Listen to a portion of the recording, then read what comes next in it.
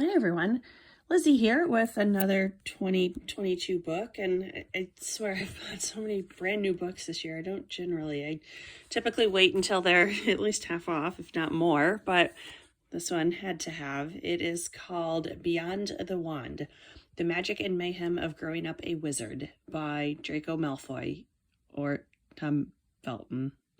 It was written by Tom Felton, primarily about the Harry Potter stuff, although it does also touch on other aspects of his life. It was published on October 17th, 2022, and Barnes & Noble had signed copies. I had actually put a notice on my phone to make sure I ordered it very early. And when I checked it a couple hours later, like no later than 2 p.m. on the day it was published, they had already exhausted their supply of signed copies. So definitely glad I got it. I read the entire book in the weekend. I started it Saturday evening, finished it Sunday afternoon. It was a very, very quick read. Each of the chapters was 6 to 12 or 15 pages. Very approachable. You could read a chapter in just a couple minutes. And I liked the table of contents where he has the formal titles with the subordinate titles and a short description. So just as an example, he says, Chapter 1, Undesirable Number 1, or Draco's First Scrape with the Law, in which an embarrassing teenage episode highlights the difficulty of balancing an ordinary childhood with life on the big screen. And then it goes on. The first several chapters are about his family, about his childhood. Eventually he gets into acting, and by chapter 7, it is called The Potter Auditions, or When Draco Met Hermione, in which Tom lands the role of Draco, despite knowing nothing about Harry Potter, and disses a young Emma Watson. So the majority of this book is about his life in the Harry Potter universe. And something interesting I had seen before on just a trivia site said something like the total screen time across all 8 movies for Draco was only 17 minutes.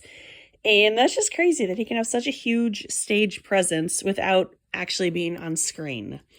I'm curious as to what is the total screen time of Voldemort across all the movies. I imagine it has to be even less than 17 minutes.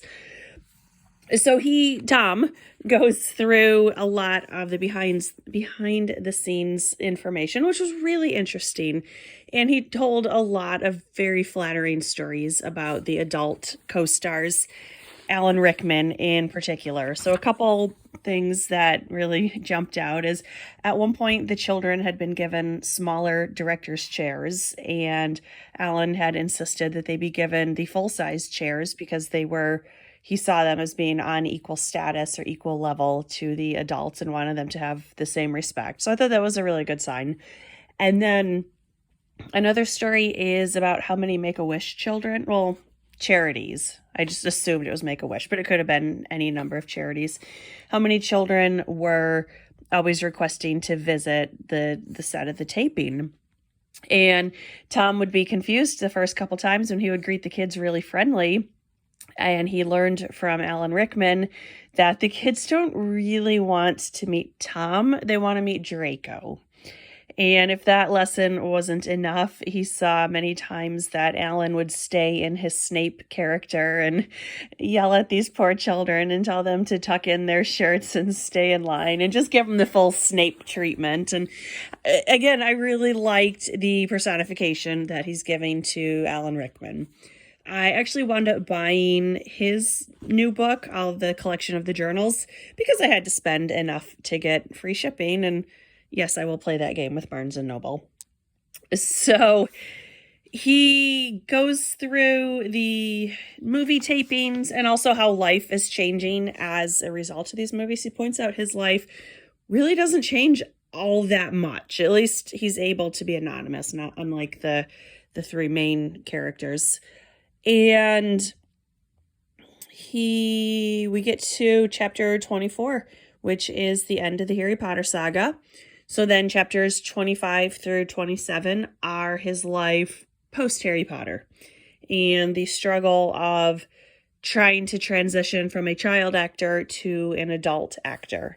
And then at the very end, he reflects on kind of life in general and how did we get to this point. So it's interesting that I think he's younger than I am, early 40s, and he's writing a memoir. But I suppose after you spend more than half your childhood on Harry Potter, you certainly have a collection of stories to be told. There are 2 sections with pictures from other acting jobs, behind the scenes with friends, just a little mishmash of everything, and that was good. And overall, I really liked this book. I would say if you're a Harry Potter fan, absolutely read it. If you're not, it's probably not going to be that good because the majority, 70% of the book is about shooting that series. One other thing that was pretty funny is at one point when they were shooting a Quidditch scene and the kids initially had been trying to chase a tennis ball to get the eye movements right. And then they changed it so each child had one thing in particular that they wanted them to focus on. And another of the actors had a picture of Cameron Diaz, and Tom's item was a big carp fish. So I thought that was funny too. And he goes through a lot of stories of the shenanigans that he gets in with his brothers. And it sounds like he had a really almost normal childhood that just happened to have a little acting here and there. But, overall, it was a really good book, really fast read. I definitely recommend it for Harry Potter people. It's not terrible for anyone. Check it out. I liked it. It's, don't know how many different ways I can say that. Yes, good. Read it. Check it out. It was called Beyond the Wand by Tom Felton. Thanks for watching. Bye.